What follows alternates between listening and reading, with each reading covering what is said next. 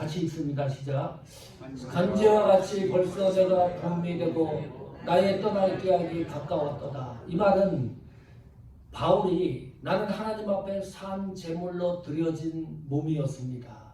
해석을 하면 그런 겁니다.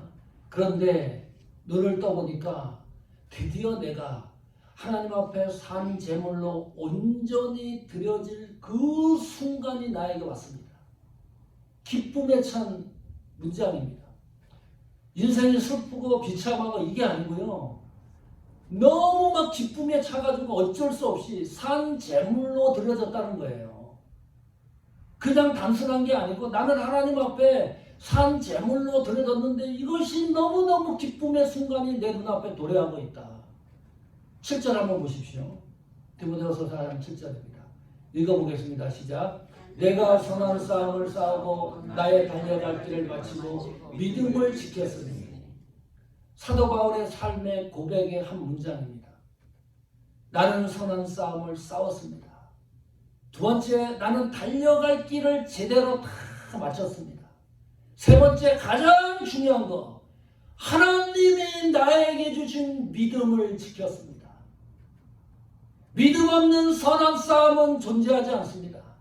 믿음 없는 달려갈 길은 아무 소용이 없어요. 믿음 없는 구원의 존재는 아무 이유가 없습니다. 나는 믿음을 지켰으니. 좀 이 표현이 좀 쓸쓸한가요?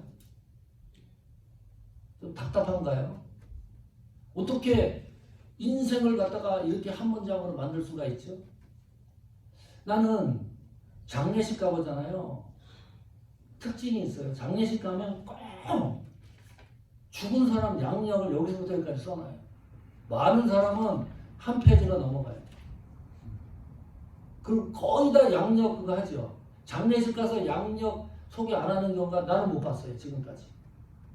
이 바울을 비교해 보세요. 바울은 죽음 직전에 양력을 기록하지 않습니다. 그냥 한 문장으로 모든 삶을 정리했어요. 나는 우리 교회 계속 수정하고 수정해 보십시오. 지금부터. 나는 한 문장으로 내 인생을 어떻게 정리할 수 있는가. 그래서 우리가 하나님 앞에 갈 때 한 문장으로 정리되는 삶이면 좋겠다. 그 엘리자베스 형 죽은 거 보니까요. 7km, 4.3마일 조문하기 위해서 줄을 서가지고 그런 거에 비하면 디모데후서 4장 7절의 이 사도 바울의 삶은 먼지와 같다. 이슬 같아요. 어떻게 일을 이렇게 하나로 정리가 될 수 있을까? 은퇴를 하고 나서 아파트 키 받은 것도 아니고 자동차 받은 것도 아니고 또 이 바울의 말년에 감옥에 들어가니까 세계에서 지금 부흥사고 신학자니까 그들에 가렸던 동력자들이 치고 올라와가지고 음모하고 그러잖아요. 바울을 성해서 바울의 삶이 또 떠난 사람도 있고 게다가 마지막 삶을 보세요. 감옥에 갇혀가지고 참수형으로 죽습니다. 이게 선한 싸움 싸고 달려갈 길을 마치고 믿음을 지켰다고 하지만 이 문장상으로는 너무나 쓸쓸한 거예요. 정말 이 사람 이슬처럼 같구나. 다른 어떤 것을 말하고 있지 않잖아요. 지구에는요. 이슬처럼 사라지는 사역자들이 수두룩합니다. 한국 시골에 10명, 5명 모아놓고 평생을 목회하다가 이름도 빛도 없이 이 세상을 떠나는 동력자, 사역자들이 있습니다. 몸이 아파서 한국 가갖고 체크를 하는데요. 췌장암이에요. 선교사님인데 일평생 선교지에서 헌신하고 봉사했는데 병원에 가가지고 소화가 안 돼서 체크를 했는데 어떻게 췌장암이 걸려요? 그 인생은 뭐가 돼요? 아무리 봐도 신앙적인 눈으로 보지 않으면 너무나 억울한 상입니다. 그러다가 기도해 주세요. 올라와요. 6개월 이후에 소천했다고 기록이 뜹니다.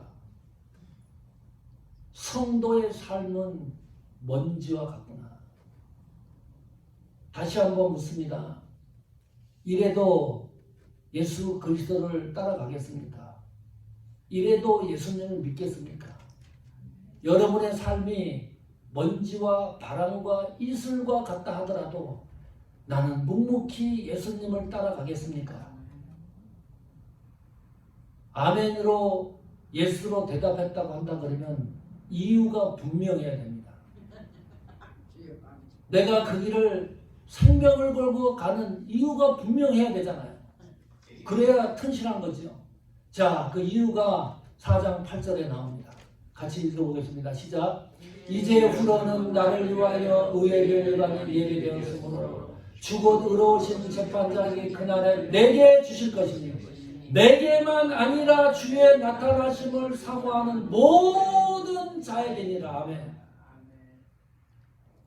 아무리 생각해도 먼지와 같은 인생인데, 바람과 같은 인생인데 삶을 보니까요. 그런데 하나님은 바울의 삶을 의롭게 생각합니다. 바울이 이렇게 산 거를요, 면류관, 의의 면류관이 예비되어 있다고 얘기를 해요. 하나님이 바라보는 삶의 평가가 다르기 때문입니다. 이것 때문에 우리가 힘을 얻는 거예요. 아무 이유 없이 그러는 거 아니잖아요.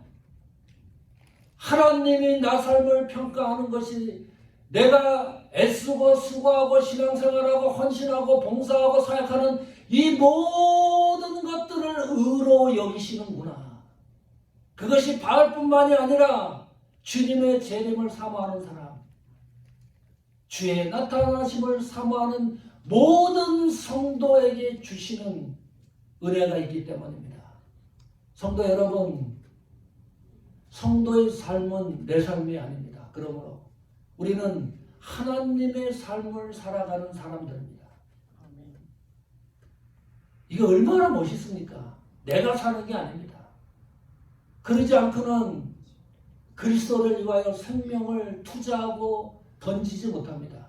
내 삶이 아닙니다. 나는 그리스도의 삶을 사는 거예요. 하나님의 삶을 살아나가는 겁니다. 그러니까 하나님이 우리를 의로 여기시는 겁니다. 이런 축복의 은혜를 다시 한번 새겼으면 좋겠습니다.